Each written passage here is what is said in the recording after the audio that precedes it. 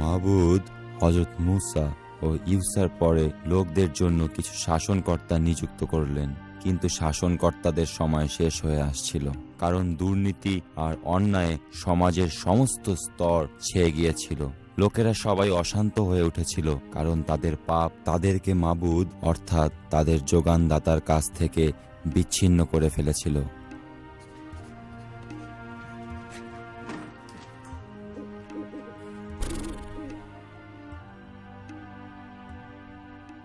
তারপর মাবুদ দেখতে কেমন? মাবুদের চেহারা কেমন? এখন ঘুমাও। সবচেয়ে ভালো হয় এসব প্রশ্নের উত্তর সকালবেলায় দেওয়া। কেন ঘুমাবো? কারণ বাচ্চাদের বেশি করে ঘুমানো উচিত। মাবুদ তোমার সাথে কখনো কথা বলেছে? আমি যখন না খেয়েছিলাম, খুব দুর্বল হয়ে পড়েছিলাম, তখন তিনি অনেকবার আমার সাথে কথা বলেছেন। কিন্তু তুমি তো খুব গুরুত্বপূর্ণ। এত গুরুত্বপূর্ণ যে আমি মোটা হয়ে গেছি। মাবুদ সমস্ত গুরুত্বপূর্ণ কথা নিশ্চয়ই গুরুত্বপূর্ণ মানুষদের কাছেই বলেন, ঠিক বলেছি না? মাবুদের চোখে সবচেয়ে গুরুত্বপূর্ণ বিষয় হলো বিনয় এবং বাধ্য অন্তর। বিনয় আর বাধ্যতাই হলো জ্ঞানের বীজ। বাবা সমুয়েল, তোমার যখন নিজেকে জ্ঞানী মনে হবে, তখন বুঝবে যে তুমি আসলে কিছুই জানো না। এখন যাও, ঘুমাও। জ্ঞান কি কোনো বীজ? ঘুমাও, যাও, শুয়ে পড়ো।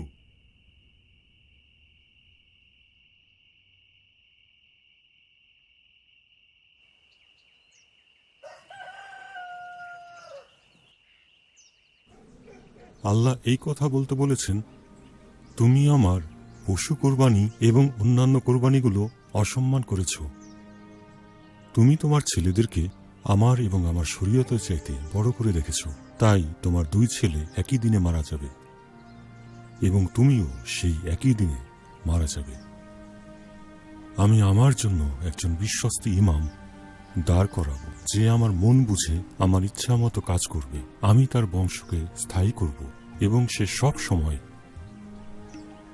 সময় আমার বাছাই করা বাদশার ইমাম হয়ে থাকবে।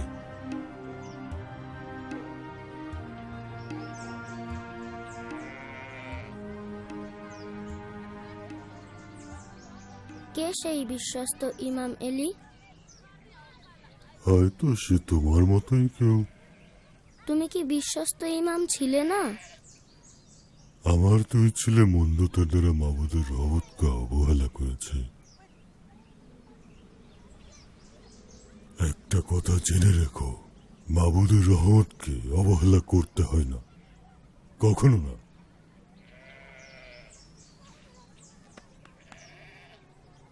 কখনো না।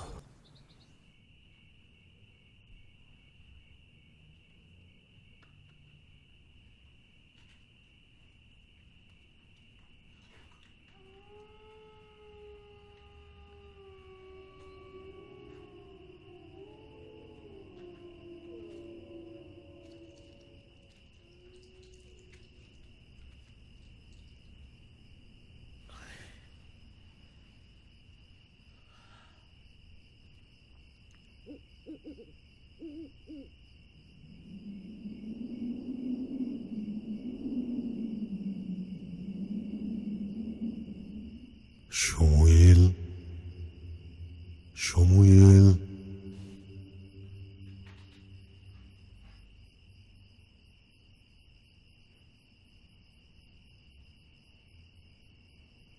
এই যে আমি এখানে। আমি তো ডাকিনি। যাও, শুয়ে পড়ো, শুয়ে পড়ো। সমুয়েল, সমুয়েল,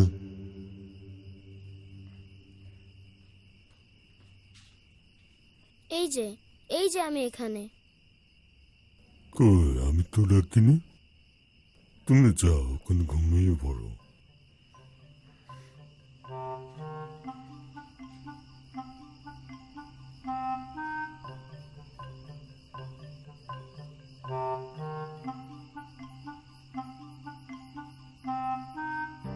সমুয়েল,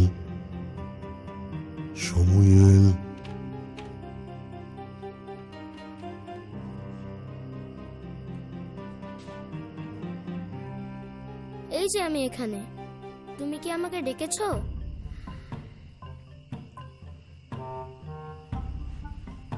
আমি তোমাকে ডাকিনি সময়। এখানে বসো।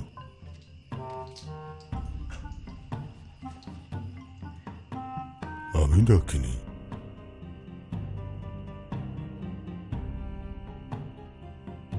মাবুদ তোমাকে ডেকেছেন। যাও শুয়ে পড়ো। মাবুদ যদি আবার ডাকেন তাহলে তুমি বলবে, বলুন মাবুদ আমি শুনছি। যাও।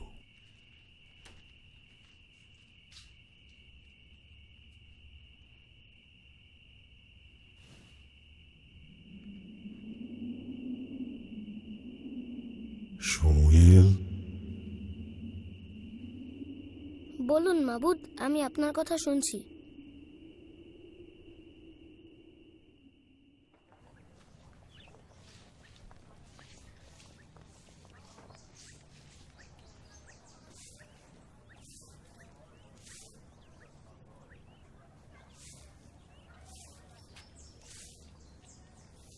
সমুয়েল, সমুয়েল, মাবুদ তোমাকে কি বলেছেন? কিছুই লুকিও না। তিনি যা বলেছেন তা যদি তুমি আমার কাছ থেকে লুকাও তাহলে তিনি তোমাকে ভীষণ শাস্তি দেবেন। আমি তোমাকে বলছি, অন্যায়ের কারণে আমি তোমার বংশকে চিরকালের জন্য শাস্তি দেব, কারণ তোমার ছেলেরা নিজেদের উপর বদদোয়া ডেকে এনেছে আর তুমি তাদের সংশোধন করার চেষ্টা করনি। আমি বনে ইসরায়েলদের মধ্যে এমন কিছু করতে যাচ্ছি যা শুনলে সবাই শিউরে উঠবে। পশু কোরবানি কিংবা অন্য কোনো কোরবানির দ্বারা তার বংশের অন্যায় কখনোই ঢাকা দেওয়া যাবে না।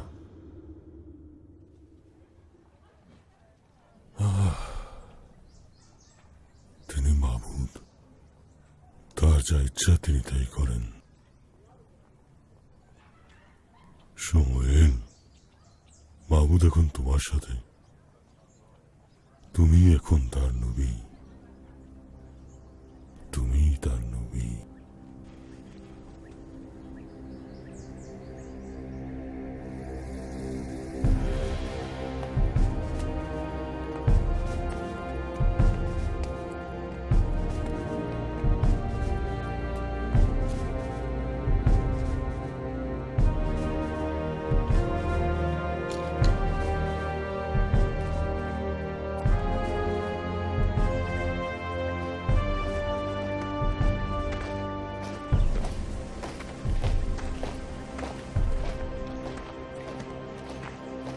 না না না, শাহাদাত সিন্দুক নিও না। কিন্তু লোকেরা এর শক্তিতে বিশ্বাস করে। সৈন্যরা যখন এটা দেখবে তারা এর ক্ষমতায় নতুন উদ্যম ফিরে পাবে। তারা দ্বিগুণ শক্তিতে মাবুদের সম্মান রক্ষার জন্য আবার যুদ্ধ করবে। আমাদের কাজ নষ্ট করার জন্য আপনি শুধু নিজের চর্বিই বাড়িয়েছেন। এবার ছাড়ুন, আমাদেরকে আমাদের মতো চলতে দিন আব্বা হুজুর। এটা কোনো জাদুর বাক্স নয় যে তুমি তোমার ইচ্ছা মতো ব্যবহার করবে। মাবুদ কোনো ব্যবহারযোগ্য জিনিস নয়। তোমরা যদি নিজেদের স্বার্থের জন্য এটা নিয়ে যাও, এটা কোনো কাজেই আসবে না। আপনি বুড়ো হয়েছেন, লোকেরা এখন আর আপনার সাথে নেই।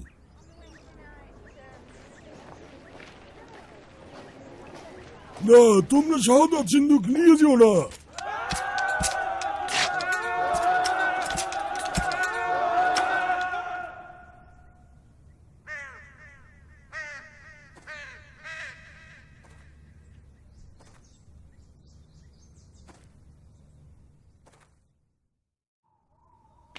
ধর্মহীন যত কথা আর চিৎকার। চিৎকার করলে মাবুদকে সম্মান করা হয় না। যেখানে বন্ধুতা আছে সেখানে মাবুদের রহমত নেই। আবার দুই ছেলে শাহাদাত সিন্দুক নিয়ে যুদ্ধক্ষেত্রে গেছে। ওহ মাবুদ, আমাকে তুমি ক্ষমা করো। এখন কি হবে? আমার বিচারের সময় কাছে এসে গেছে। ভয় লাগছে। ভয় পেও না, চোখ খোলা রাখো এবং তার বাধ্য হয়ে থাকো। ওই দেখো, একজন সৈন্য, সে খুব ভয় পেয়েছে। তুমি কি খবর এনেছো? তারা যুদ্ধে হেরে গেছে প্রভু।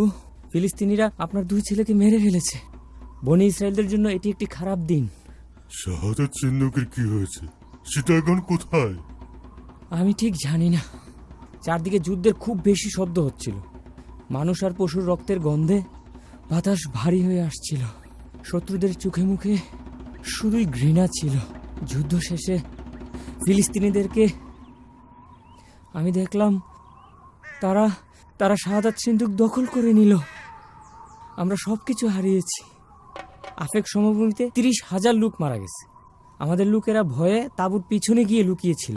শাহাদাত সিন্ধুক? শাহাদাত সিন্ধুক নিয়ে গেছে। না, না, মাবুদ, না।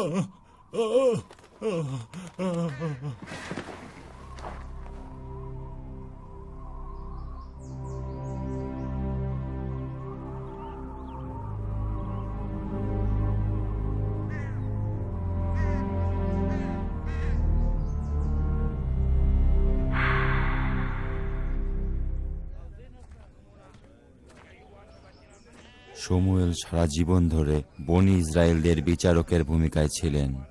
শমূয়েল তার 2 ছেলে জোয়েল আর অবিয়কে বনি ইসরায়েলদের বিচারক নিযুক্ত করেছিলেন। যা হোক, তারা মাবুদের কথা মতো চলেনি। তারা ঘুষ নিয়েছিল এবং বিচারে পক্ষপাতিত্ব দেখাতো।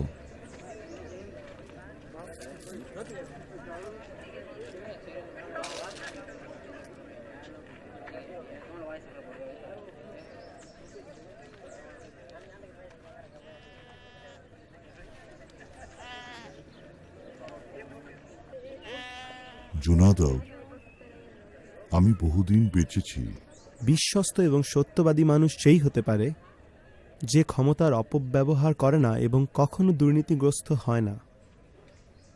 আমার 2 ছেলে, আমি তাদের চিনতে পারছি না। তারা আমার মতো হয়নি। আপনি ব্যর্থ হননি আমার প্রভু। আপনার ছেলেরা নিজের ইচ্ছায় তাদের পিতার মাবুদকে অসম্মানিত করেছে এবং অন্যায় গা ভাসিয়ে দিয়েছে। আমি যখন মাবুদের সামনে হাজির হব, তখন তিনি জিজ্ঞেস করবেন আমি তার সাথে সম্পর্ক ঠিক রেখেছিলাম কিনা। তখন তিনি জানতে চাইবেন আমার পরিবারের সমস্ত কথা। আর ঠিক সেই মুহূর্তে লজ্জায় আমার মাথা হেঁট হয়ে যাবে।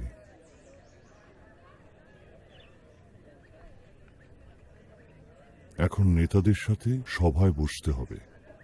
তারা সবাই তাঁবুতে জড়ো হয়েছে।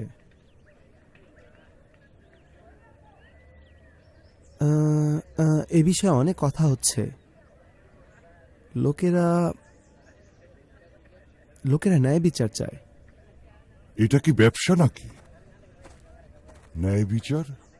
ন্যায় বিচারের কোনো দাম হয়? মানুষ যদি সত্যিই ন্যায় বিচার চায় তাহলে তার জন্য তো মূল্য দিতেই হবে। আর আমাদের সেই মূল্য পরিশোধ করতে হবে।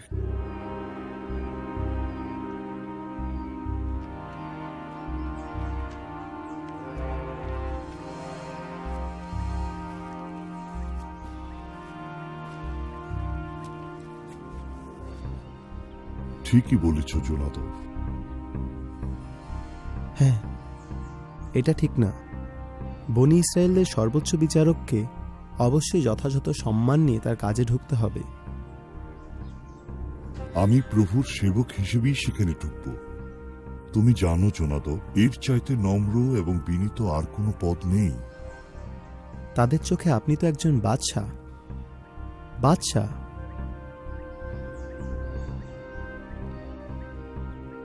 আলীর 2 ছেলের সাথে আমার ছেলেদের কোনো পার্থক্য নেই। আমাকে নিয়ে ওরা লজ্জা পায়।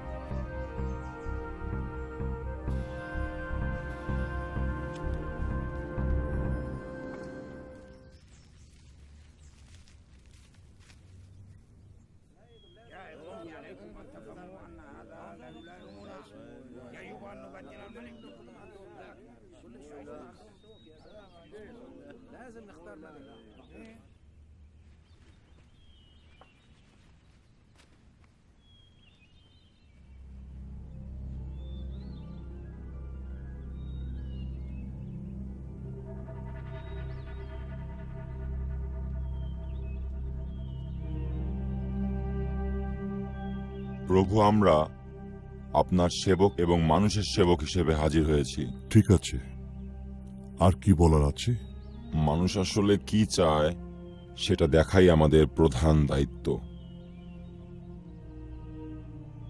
আপনি তো জানেন, এছাড়া আমাদের আর কোনো আকাঙ্ক্ষা নেই। কি বলতে চাইছো খুলে বলো। ঠিক আছে, ঠিক আছে প্রভু। আপনি আমার উপরে যে বোঝা চাপিয়েছেন তা খুবই ভারী। এই কারণেই আমি তো আমার 2 ছেলেকে রেখেছি সাহায্য করার জন্য। হ্যাঁ আমার প্রভু, আমাদের কথায় আপনি রেগে যাবেন না। আপনার বয়স হয়েছে, আপনার ছেলেরা আপনার কথা মতন চলে না। এটাই কি তোমাদের মতামত? তারা ন্যায় বিচার থেকে মুখ ফিরিয়ে ঘুষ নিতে শুরু করেছে। আমাকে এখন কি করতে বলছো? আমরা এই দেশের জনগণের সাথে কথা বলেছি এবং তারা সবাই যেটা চাচ্ছে আমরা শুধু সেটাই আপনাকে বলছি।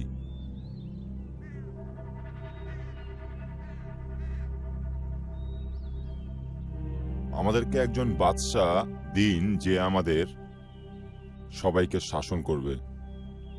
তাহলে ব্যাপারটা এত দূর গড়িয়েছে? আপনাকে উদ্দেশ্য করে কিছু বলা হয়নি প্রভু। জনগণ গর্ব করার মতো একটা প্রতীক চায়।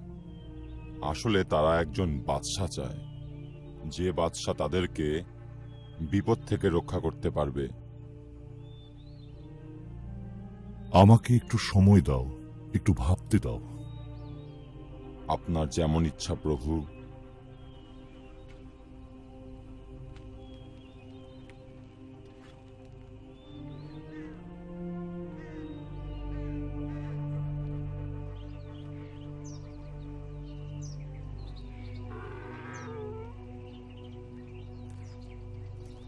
আমাকে একা থাকতে দাও।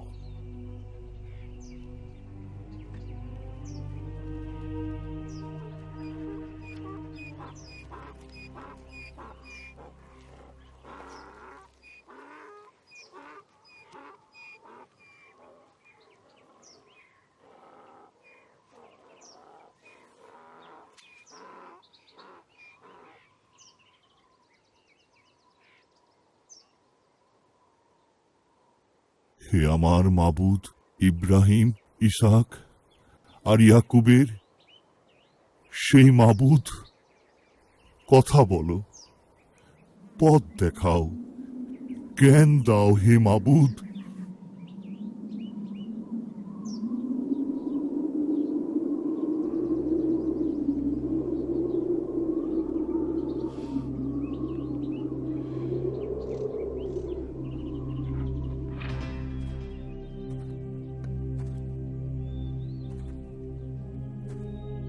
মাবুদ বললেন, লোকদের কথা শুনো। তারা তোমাকে প্রত্যাখ্যান করেনি সমুয়েল, বরং তারা বাদশা চেয়ে আমাকে প্রত্যাখ্যান করেছে। আমাকে বাদ দিয়ে অন্য দেবতাদের ইবাদত করেছে। আর তাই তোমরা একজন বাদশা পাবে। আর সেই বাদশা তোমাদের ছেলেদের নিয়ে সৈন্য হিসেবে কাজে লাগাবে। বাকি লোকদের সে তার জমি চাষ করার জন্য এবং তাদের দিয়ে ফসল কাটবার জন্য আর যুদ্ধের অস্ত্র, রথের সাজ সরঞ্জাম তৈরি করার কাজে লাগাবে।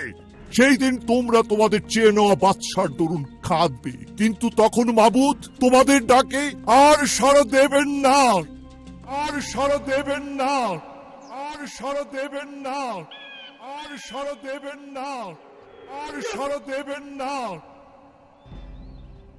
লোকেরা এটা বলতে বলেছে প্রভু, তাদেরকে শাসনের জন্য, নেতৃত্বের জন্য, যুদ্ধের জন্য একজন বাদশার প্রয়োজন। তাহলে তোমরা যা চাইছো তাই হোক। এগুলো সমস্ত জনগণের কথা প্রভু, এটাকে আপনি নিজের উপর নেবেন না। এটা আমার ব্যক্তিগত বিষয় নয়, এটা মাবুদের রাজত্বের বিষয়। আমরা আমাদের আশেপাশের দেশগুলোর মতো হতে চাই। ঠিক আছে, তাই হবে। ঠিক আছে, তোমরা এখন সবাই ফিরে যাও এবং অপেক্ষা করো। তোমরা যা চাইছো তোমাদের উপরই ফিরে আসবে।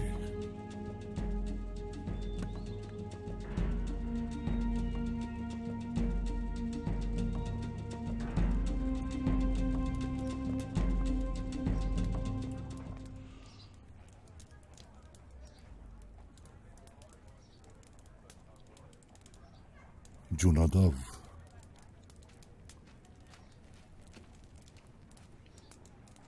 আপনি ঠিক আছেন তো প্রভু?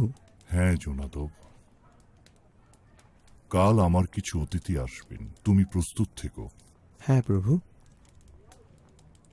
একজনকে আমাদের কাছে পাঠিয়ে দেওয়া হবে, তাকে বাদশাহ হিসেবে বনি ইসরায়েলদের মধ্যে প্রতিষ্ঠা করা হবে। এটা ভালো হবে না।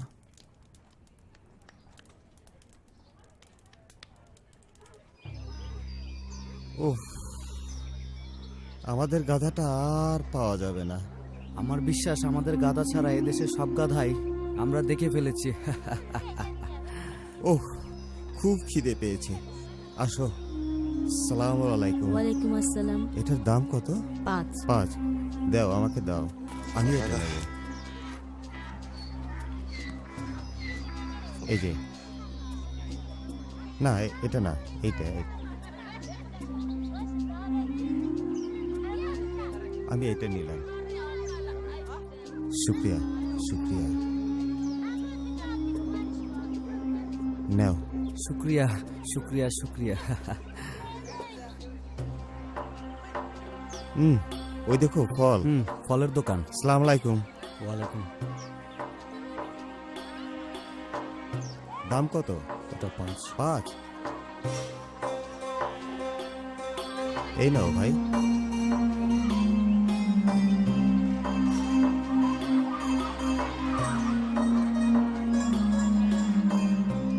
আমি আমাদের অবস্থা নিয়ে চিন্তিত।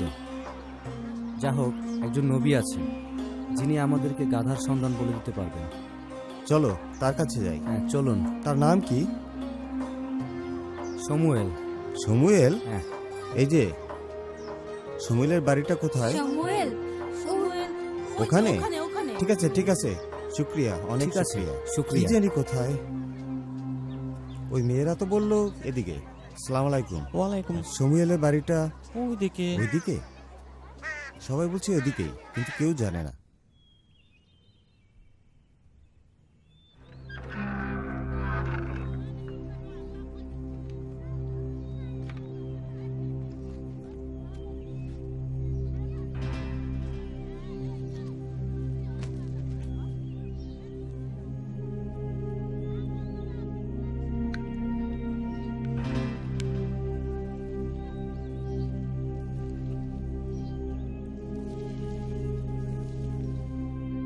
মাবুদ তোমাকে এদেশের উত্তরাধিকার হিসেবে অভিষিক্ত করেছেন।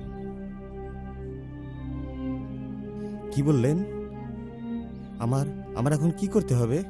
মাবুদের রূহ তোমার উপর আসবে এবং তুমি পরিবর্তিত মানুষ হবে।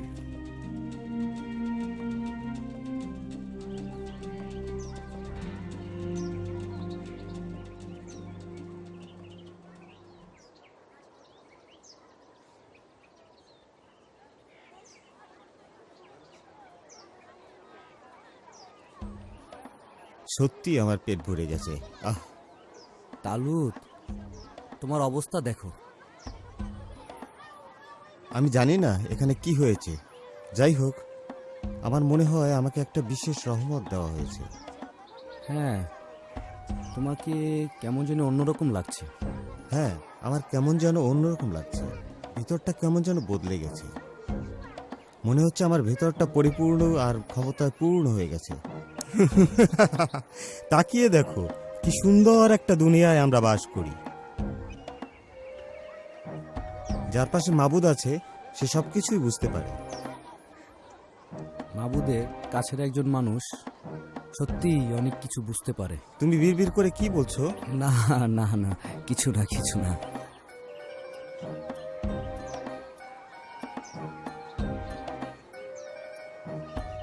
এখন আমার কিছু নতুন কাপড় লাগবে। ও হ্যাঁ, এতে হয়তো কিছুটা সাহায্য হবে। হ্যাঁ, ওই দেখো, আমাদের গাধা, ওই যে আমাদের গাধা। আমাদের গাধাগুলো। আমাদের গাধা, আমাদের গাধা। আমাদের গাধা, আমাদের গাধা। আমাদের গাধাগুলো। চাচা, চাচা, আসসালামু আলাইকুম। তুমি কোথায় গিয়েছিলে? এই গাধাটাকে খুঁজতে। যখন আমরা খুঁজে পেলাম না, তখন সমুয়েলের কাছে গিয়েছিলাম। আমাকে বলো, সময়েল তোমাকে কি বলেছে? তিনি বললেন, তিনি আমাদের বলে দিলেন কোথায় গেলে গাধাটা পাওয়া যাবে। ও,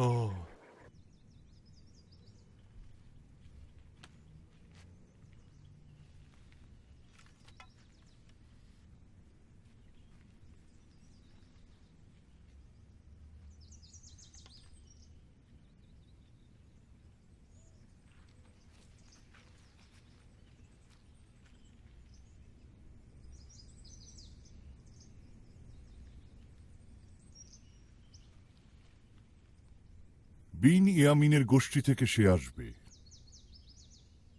আমরা এখন কি করব? তোমার মনে কোনো সন্দেহ না আসুক, কারণ মাবুদ নিজেই তোমাদের বাদশাহকে নির্বাচন করবেন। আমরা গুলি বাঁট করে শেষ ব্যক্তিটাকেই বেছে নিব। শেষ লোকটা পর্যন্ত?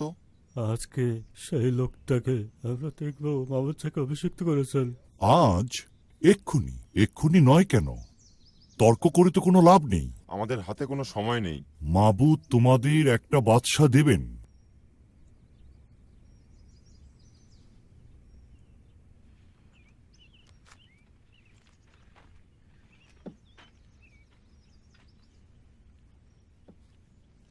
ওনার হয়ে একটা পাথর তুলে নাও।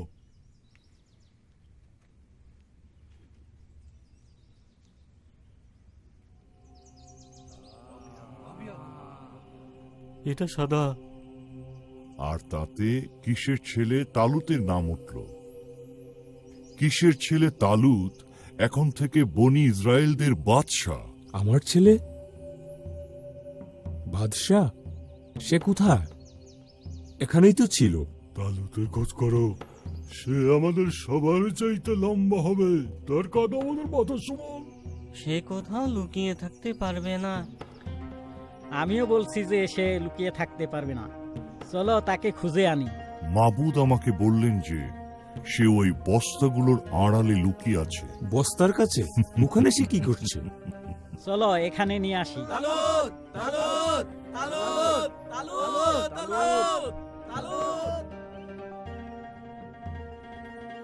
তুমি কোথায় তালুত? তালুত, তুমি কোথায় তালুত?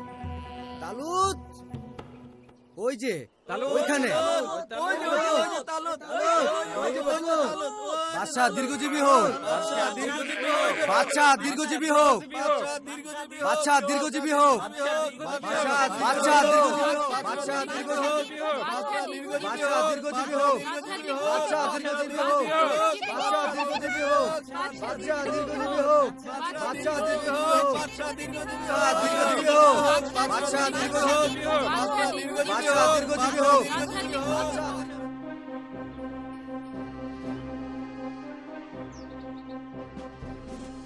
আজ থেকে তুমি বনি ইসরায়েলদের বাদশা হলে।